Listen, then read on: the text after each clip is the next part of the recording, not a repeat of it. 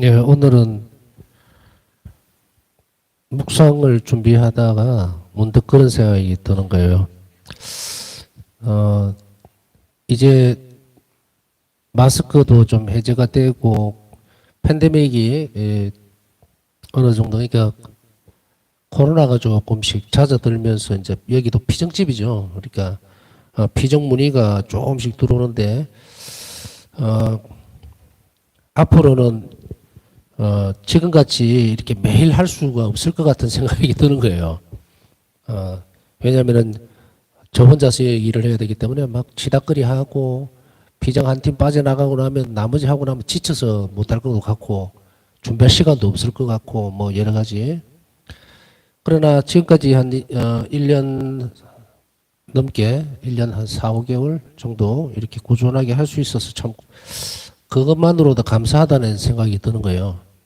그래도 또 그때마다 또 달라지겠죠. 뭐 일주일에 몇 번이나 할 수 있을지 뭐 그전에도 잠깐 예측은 했었는데 오늘은 조금 준비하다가 어떤 시간이 됐든 자기에게 주어져 있는 그 시간에 충실해진다는 것은 참 좋은 것 같다 하는 생각이 들어요. 그게 좀 비록 힘이 들고 또 어떤 때는 또 다른 한편으로 보면은 참 힘들다는 내용이 우리가 삶을 살아내기가 참 힘들다는 생각이 드는 거예요.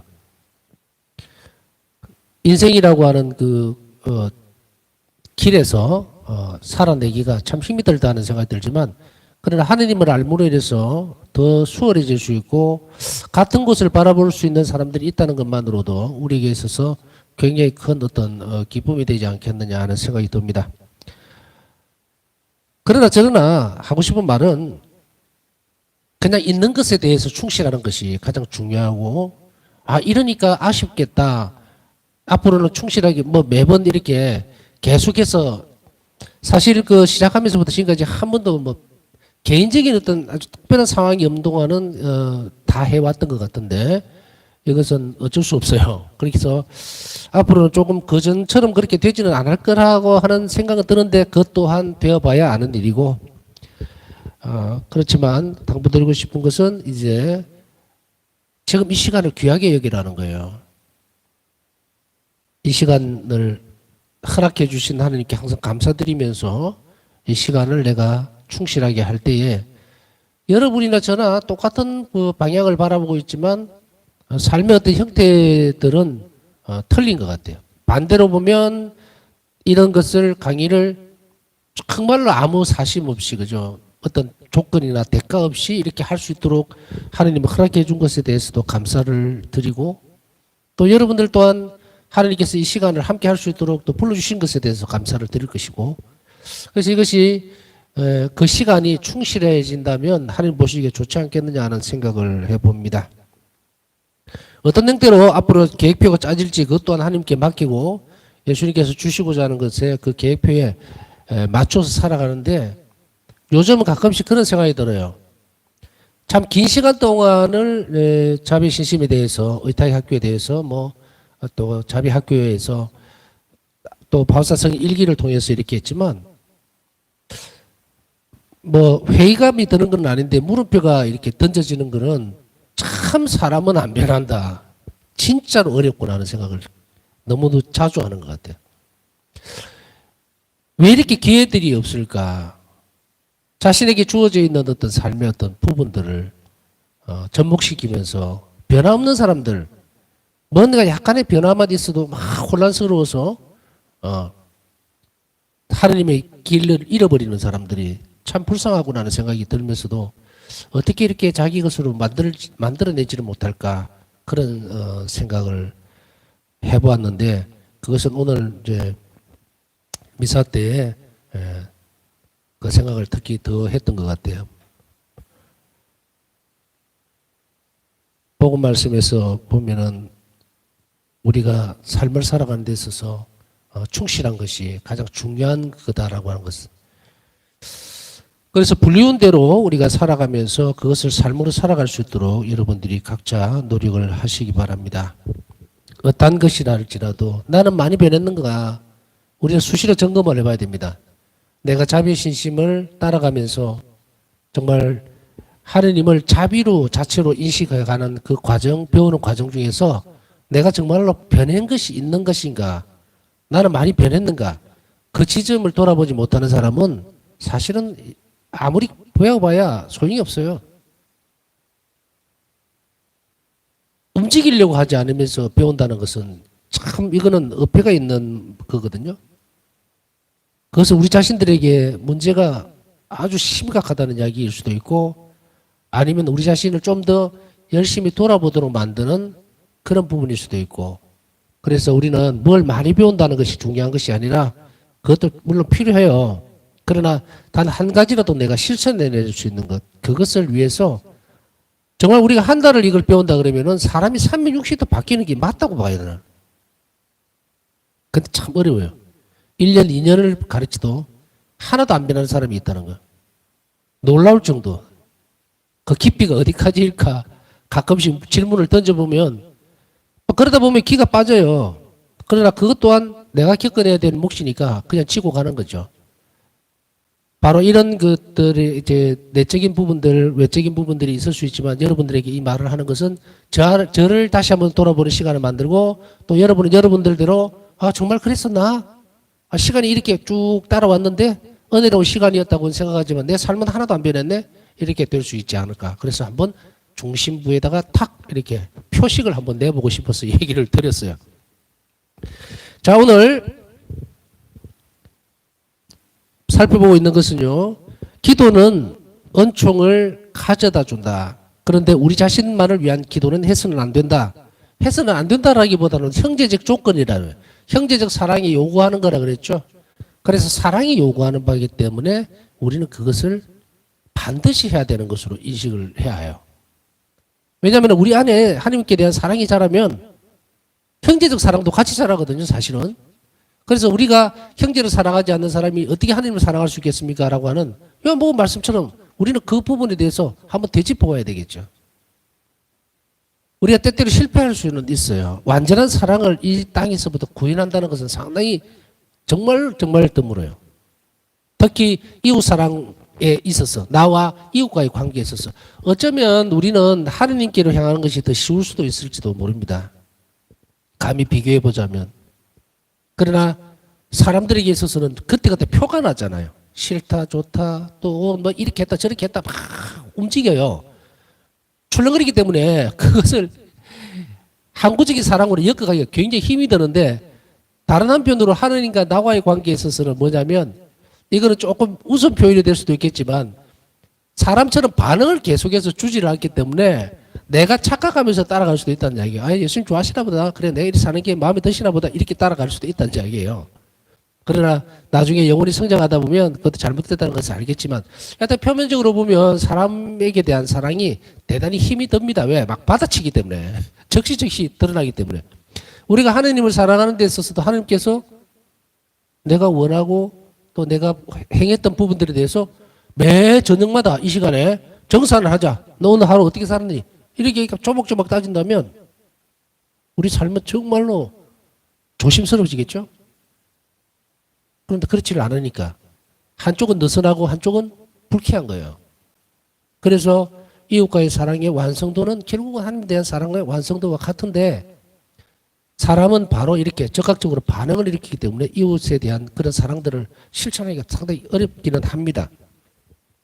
그렇지만 우리는 그들을 변화시켜야 하고 그들을 위해서 기도해 줘야 되고 자비를 베풀어 줘야 된다는 것은, 아까 말씀드렸듯이 하느님 사랑과 형제적 사랑은 예수 그리스도 안에서 하나가 되어 있단 말이에요.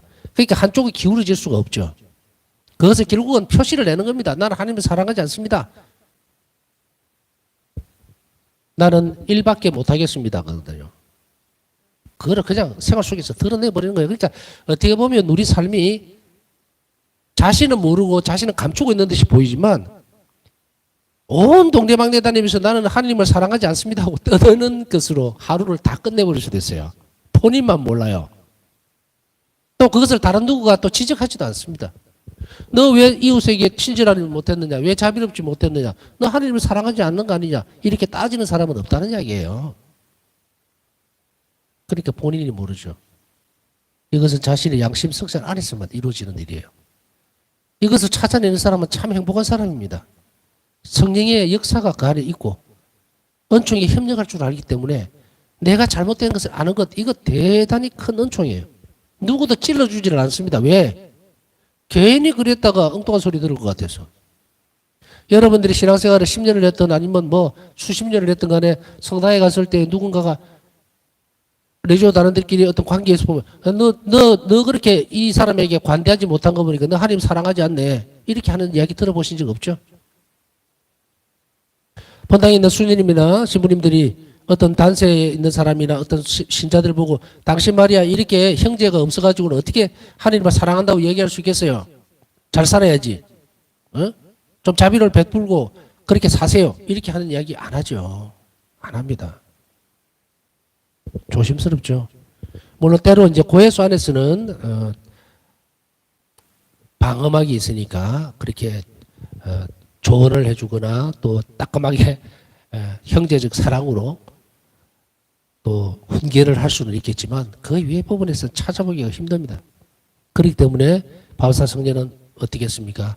주님 앞에서 항상 성체 앞에서 자신을 돌아보는 그거를 알게 해달라고 정했고 기도했죠. 그렇게 함으로 인해서 자기가 예수님하고의 관계 안에서 찾아내고 이제 좀 더 수도 생활이 깊어지면서 어떻게 해야 됩니까? 이제 지도 신부를 묻게 되고 고해 신부를 또 주님께서 찾아주시게 되고 이렇게 하니까 이제는 충분히 그들로부터 이제 듣게 되고 지도를 받게 되죠. 이 과정이란 말이에요. 그러니까 이 과정 안에서 우리는 함부로 이런 부분들에 있어서 소홀히 해서는 안 됩니다. 내가 그냥 그저 그렇게 오늘 하루 살았고 내일 하루 그렇게 살아야지 해서는 안 된다는 이야기입니다. 그렇게 한다면은 우리는 자비 신심이고 또 자비 학교에 대해서 배울 게 아무것도 없어요. 자신을 돌아보지 못하는 것이 의탁의 학교 할 때 분명히 가르쳐 줬죠. 통회, 돌아섬, 회개 이 부분들 하나님께로 방향 지어서 그거 반드시 있어야 한다고. 그래서 이렇게 우리 자신들을 스스로 돌아보고 할 때에 형제적 사랑에 대한 이야기를 하고 있습니다. 형제들을 위해서 이웃을 위해서 왜 기도해야 되는지 그것을 우리는 지금 살펴보고 있는데 그것은 바로 사랑이 요구하는 것이기 때문에 그렇다는 이야기입니다.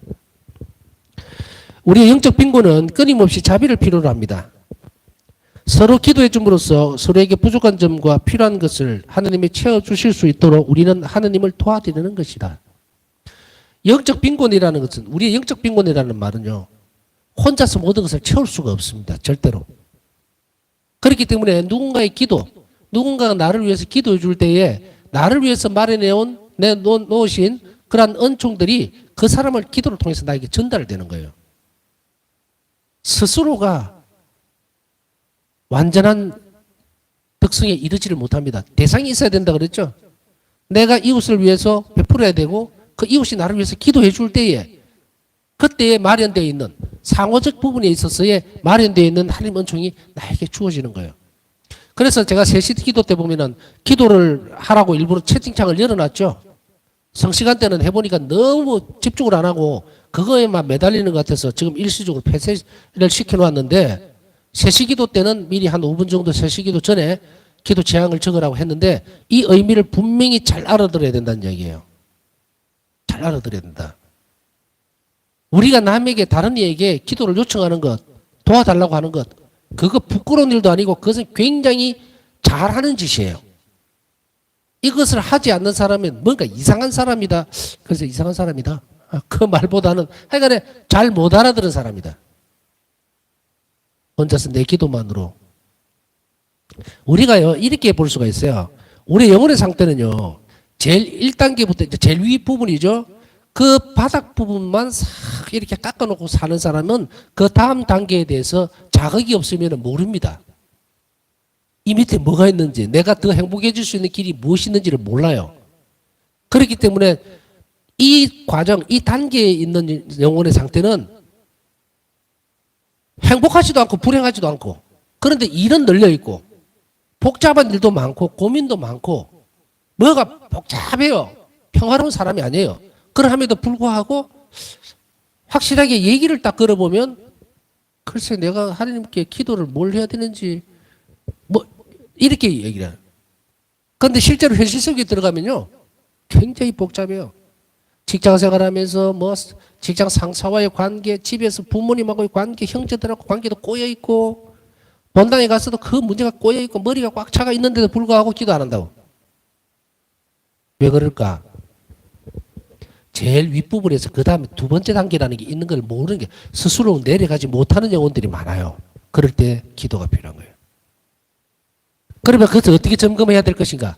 내가 하느님을 사랑하지 못하고 있는 상태가 된다면, 쉽게 얘기하면 뜨겁지도 차지도 않다면 반드시 1단계에서 머물러 있는 거예요. 1단계에서. 그런 사람은 행복하다는 것을 모른다는 거예요. 1단계에서. 쭉 더 내려가 줘야 되거든요. 이건 자기 자신 안에서 이야기입니다. 바로 이럴 때에 우리는 행복하다고 하는 거하고 그 자체에 대한 감각이 없는 거하고는 달라요. 멍하니 있는 거하고 뭔가를 확실하게 알고 가는 거하고는 다르다는 이야기입니다. 그러면 그 사람의 인생은 항상 24시간 80, 90세 인생 동안에 멍하게만 지내주랍니까? 아닙니다. 이렇게 멍 때리고 있다가 갑자기 확 떨어져요. 확 떨어진다고. 그러면서 온갖 불행들이 쓰나미 같이 쫙 밀려오고 고통이 쫙 밀려오면 그때서 깜짝 놀라는 거예요. 그때는 늦어요. 어디로 가야 될지를 방향을 한 번도 잡아본 적이 없기 때문에 그 급류 같은 그곳에 휩쓸려 들어가 버린다. 그래서 우리는 뭐가 필요합니까? 이성이 있잖아요. 이성이. 이성적으로 판단을 해야 한다. 내가 정말 열정적으로 하나님을 사랑하고 하나님께 대한 그리움이나 정말 예수님을 닮고 싶은 그런 열정이 요만큼이라도 없다면 문제가 있다는 거예요. 문제가 있다는 겁니다. 모든 사람들은 반드시 뭘 해야 된다? 하느님을 사랑해야만 한다. 하느님을 사랑하지 않으면 갈 곳이 없는데. 그런데 하느님을 사랑하지도 않으면서도 아무 문제를 못 느낀다면 그게 문제라는 얘기죠. 굳어 있다는 거예요. 그 뚜껑이 왜 안 열렸습니까? 간단하죠. 신덕하고 망덕은 있다 그랬죠. 근데 뚜껑이 열린 게 뭐예요? 안 열린 게 사랑이 안 열린 거예요. 사랑이. 이 사랑은 자기 스스로 찾아내기 힘들 사람도 많기 때문에 우리의 기도를 필요로 한다. 그럼 아까 이성적이라는 말은 뭐예요? 내가 이렇게 점검해 봤을 때 이러면은 기도를 청하시라고 열어놨잖아요. 이웃을 사랑할 수 있도록 열어주십시오. 예수님을 더 사랑하도록 해주십시오. 이웃에게 더 많은 희생적 자비를 실천할 수 있도록 용기를 주시고 저를 격려해 주십시오. 이런 것들이 기도들이잖아요. 이것도 기억이 나지 않으면 다른 사람에게 자신을 위해서 기도해달라고 청해야 합니다. 자, 이런 연관관계들을 지금 살펴보고 있는데요. 그래서 나도 청해야 되고 이웃도 나에게 기도를 요청할 수가 있어요. 그때는 이게 상호적인 부분들이죠. 그때 하느님은 뭡니까? 막 준비해놓은 은총들을 나눠주기 시작하는데 본인도 안 하려고 그러고 이웃에게 기도를 청하지도 않고 이웃이 나한테도 기도를 청하지도 않고 이래 되면은 어떻게 됩니까? 막 뒤죽박죽이 돼 있죠. 하느님은 은총을 마련해서 잔뜩 준비하고 있는데 기도를 안 해주니 그 통로를 안 열어주니 이 준비된 은총들은 줄 수가 없죠.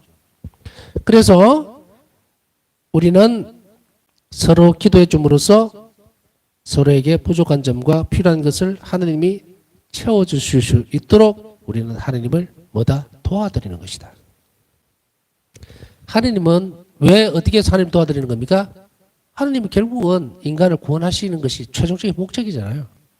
우리를 구원해서 사랑으로 가득 채워주는 것. 삼일체에서 사랑에 참여시키는 그거예요.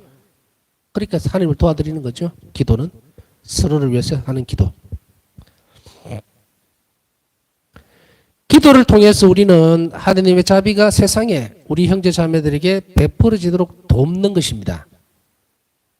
베풀어지도록 돕는 것이에요. 하느님 협력. 그래서 기도를 안 하면 어떻다? 어떻게 보면 반대하지는 않지만 그렇다고 해서 협력하는 것도 아닙니다. 이웃을 위해 기도하면서 실천하는 자비는 우리의 기도가 예수님의 기도를 닮도록 해줍니다. 예수님을 닮은 기도는 아버지이신 하느님을 찬미하고 그분의 뜻을 행하는 것을 의미한다. 이것은 예수님께서 하셨던 것과 같은 방법으로 다른 사람을 위해 기도하는 것이다. 자, 여기서 보면 이웃을 위해서 기도하면서 실천하는 자비라고 얘기했죠. 그러면 여기에서 보면 예수님은 기도만 하셨는가? 예수님을 닮도록 한데, 우리의 기도가 예수님의 기도를 닮도록 한다는 말은 행동과 같이 따라올 때 이 기도를 얘기하는 거예요, 지금은. 그래서 이웃을 위해 기도하면서 실천하는 자비. 이거는 우리의 기도가 예수님의 기도를 닮도록 해준다. 이웃을 향해서 계속 이웃을 위해서 기도해 주는 것은 그 자비죠. 자비 행위예요. 그 행위를 계속함으로 인해서 우리 기도가 예수님 기도를 닮을 수 있도록 해준다는 거예요. 이웃을 위한 기도가 얼마나 중요한지 아시겠죠? 예수님을 닮은 기도는 무엇을 해줍니까? 그분의 뜻을 행하는 것을 의미하고요. 이것은 다른 사람을 위해서 기도하는 것이 됩니다. 하느님께서 원하시는 것을 우리가 그 기도로서 이웃을 도와주면 아버지의 뜻을 실행하는 것이 되는 것이고, 그러면 우리가 이 부분에 있어서 훌쩍 건너뛰어서 주의 기도로 가볼까요? 아버지의 뜻이 이루어지기를 청할 때에 오늘 저에게 일용할 양식을 주시고, 그 부분에 있어서 아버지께서 원하시는 그 뜻을 내가 행하면 그 뒤에 뭘 해준댔습니까? 아버지는 나에게 일용할 양식과 이 땅에 살아가는 모든 은총들을 베풀어 줄 것이다. 이게 주의 기도 안에 다 들어가 있죠. 또한 영원한 생명에 대한 보장도 해주겠다. 아버지의 뜻을 행하는 것이 그만큼 중요하다는 이야기인데, 아버지의 뜻을 어떻게 행하는 것인가? 바로 오늘 이 대목에서 나왔잖아요. 이웃을 위해서 기도하는 것. 자비로 실천하는 기도. 그것은 예수님과 같은 방법으로 기도하는 것이 바로 이 부분입니다. 그냥 뭐 더 설명 안 해도 되겠죠. 그냥 막 A라는 사람, 그 사람을 위해서 기도를 하겠습니다. 이게 아니라 그 A라는 사람을 위해서 기도할 때에 내가 무엇을 내놓을 수 있을지. 바울사 성경의 일기에서 나오는 그 예문을 몇 가지 전에도 말씀드렸죠. 나에게 저 사람을 위해서 드리는 기도의 기쁨들은까지 다 저 사람에게 주고 나는 그냥 아무것도 아무 기쁨도 주님께서 주시는 것을 나는 안 받아도 좋다. 그랬을 때 비어있는 부분들이 있죠. 비어있는 부분. 그 부분을 뭐라고 표현해야 됩니까? 그 기도가 저 사람에게 떨어졌다는 것을 아는 그 정도로만 그치는 거예요.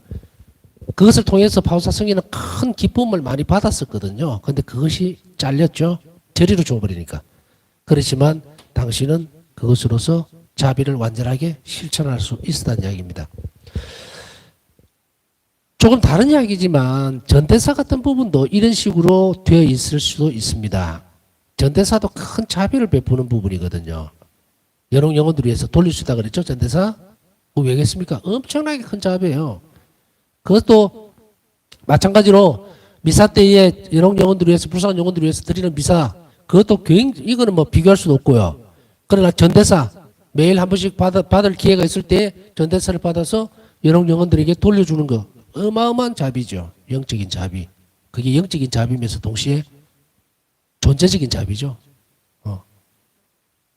존재적인 자비라는 것은 바로 연옥에 있는 영혼이 그 자비를 입을 수 있기 때문에, 그런 의미에서 보면은 바로 이를 자비를 실천하는 것들, 이것은 바로 어마어마한 그 하나님의 자비를 담는 것, 하나님의 모습을 담는 것과 같습니다. 실천적인 부분이죠.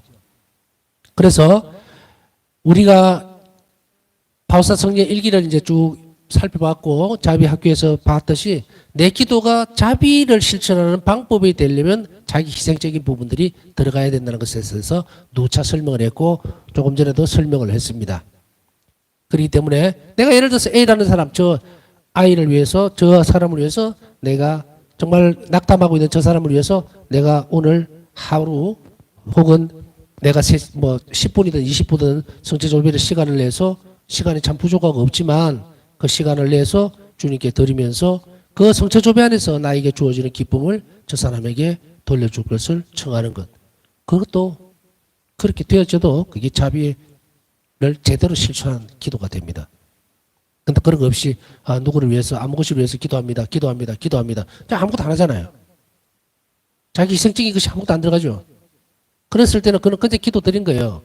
자비를 실천하는 기도가 될 수가 않고. 참 많은 부분들을 이게 구별을 지어서 설명을 해드렸기 때문에 그것만 하더라도 알아들으시리라고 생각합니다. 이러한 기도의 모범은 모범을 예수님께서는 우리에게 남겨주셨는데 그것은 아버지를 찬미하고 그분의 뜻을 행하면서 하는 기도를 이야기를 합니다. 예수님은 피땀을 흘리시면서 기도하셨죠.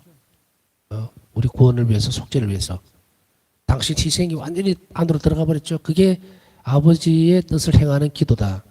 그러니까 우리도 이제 우리에게 모범을 그렇게 보여주셨으니까 기도로서 자비를 실천한다는 것은 바로 그것, 예수님을 닮는 것이고 예수님이 하셨던 것을 그대로 하는 것이다 한 거예요.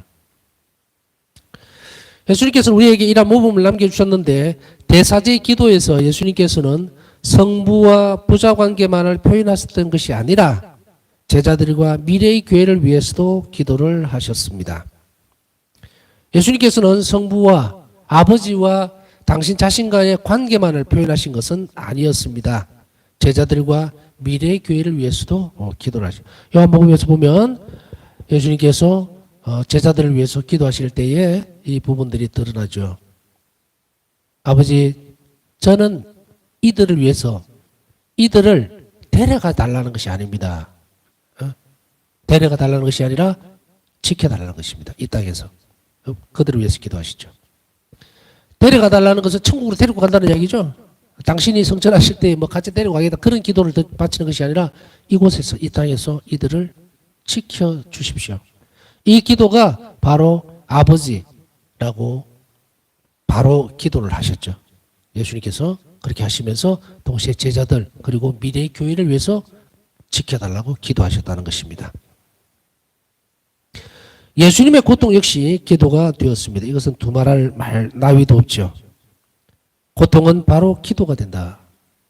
이웃을 위해서 내놓으셨기 때문에. 나중에 이제 우리가 자비학교가 끝나고 나면 의탁의학교에서 의탁의학교를 자비학교 끝나고 나면 이제 이 부분들 제일 좋은 부분들이 뭐라고 나는 생각을 하냐면 평범한 삶을 비범하게 만들었다라고 하는 그 책이 있는데 거기에서 늘 그 제목을 계속해서 묵상을 해요. 어떻게 바오사 성녀는 아주 평범한 이런 일들을 통해서 비범하게 만들었다는 것은 하느님 눈에 들었다 이 말이에요. 이게 초월적인 가치를 지닐 수 있도록 만들었다. 천상적 가치를 지닐 수 있도록 만들었다. 어떻게 이것을 하나 닦으면서 이 단순한 이 일을 통해서 어떻게 마당을 한번 썰면서 이 단순한 동작을 통해서 비범하게 만들었을까? 그것이 뭡니까?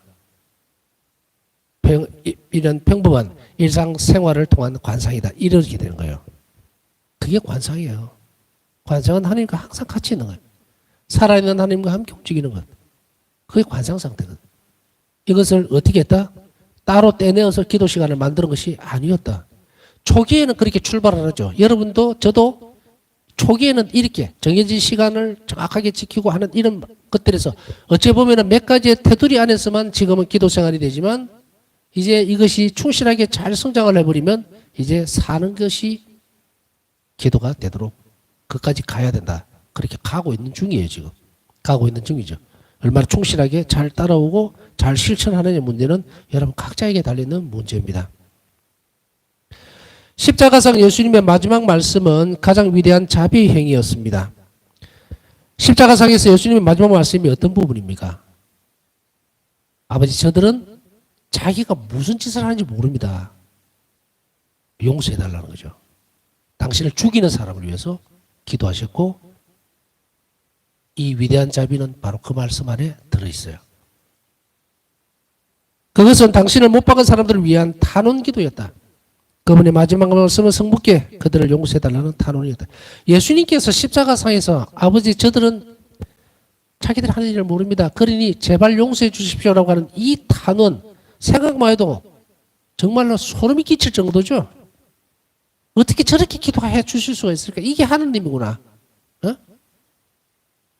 당신 온몸이 부서지는 그런 고통을 주는 그 인간들의 죄를 보시면서 십자가 위에서 그 높은 데서 달려서 그 내려보시면서 아버지께 청을 드렸던 이 기도. 죽어가는 자식이죠. 예수님이. 그 마지막 소원, 탄원, 그것은 아버지의 분노가 극에 달해 있을 텐데 당신이 가장 사랑하시는 아들을 죽인 그 인간들을 다 썰어버리고 싶은 바로 그 지점에서 예수님은 탄원을 하시는 거예요. 아버지, 그러지 마세요. 저들은 모릅니다. 그러니 저를 사랑하신다면 이들을 용서하셔야 됩니다. 이 얼마나 위대한 대사제 기도입니까? 얼마나 위대한 사랑의 기도예요. 자비의 기도. 그것을 그 탄원으로 인해서 아버지의 분노, 의노, 세상을 완전히 딱 무로 만들어버리고 싶은 그 정의의 분노가 완전히 사그라들었다. 그러면서 뭐가 됩니까? 이 땅에 다시금 아버지의 자비가 펼쳐질 수 있도록 허락해 주신 것. 그렇지 않았다면 어떻게 돼요? 2000년 전에 예수님이 십자가에 못 박는 순간에 인류는 완전히 싸그리 없어져 버렸을 거예요. 그래서 우리가 세시기도가 중요한 거예요. 아버지의 순환, 아버지께 예수님의 순환을 보시고 아들의 부통스러운 이 순환을 보시고 저희 온 세상에 자비를 베풀어 주십시오라는 그 말의 근거는 아버지 저들은 모릅니다 이거예요. 자신들이 저지르고 있는 죄를. 그러니 자비를 베풀어 주시고 용서해 달라는 그 단원, 그것을 기억하면서 예수님 순환에 이 죄인들을 맡기는 것. 그럼으로 인해서 하나님의 자비가 어떻게 된다? 이 땅으로 내려오는 거예요. 위대한 순간이죠. 그래서 매번의 세시기도는 아주 하늘이 열리는 위대한 순간입니다. 너무도 경악할 만한 순간들이에요. 이 신비를 우리는 깊이 있게 잘 묵상하시기 바랍니다. 그랬을 때 우리가 세시기도가 세시다 기도하자 그게 될 수가 없다. 매 순간 이 세시기도에 우리가 혼신을 다해서 주님께 자비를 청할 때 얼마나 많은 영혼들이 그 순간에 구원되고 있는지 우리는 죽어야 알겠지만 그러나 우리는 이 땅에서 미리 배웠기 때문에 미리 알 수 있습니다. 그것을 알아듣는 영혼은 행복한 사람이겠죠. 그러나 기도를 통해서 많은 사람들이 그것을 받아들일 수 있는 그런 기회가 주어져 있기 때문에 우리에게도 행복한 그런 순간들이 주어진다고 생각을 합니다. 남은 시간 묵상하면서 우리가 이웃을 위해서 진정으로 온 열성을 다해서 예수님을 닮아서 기도를 통해서 자비를 실천할 수 있는 은총 가득 내려주시도록 청합시다.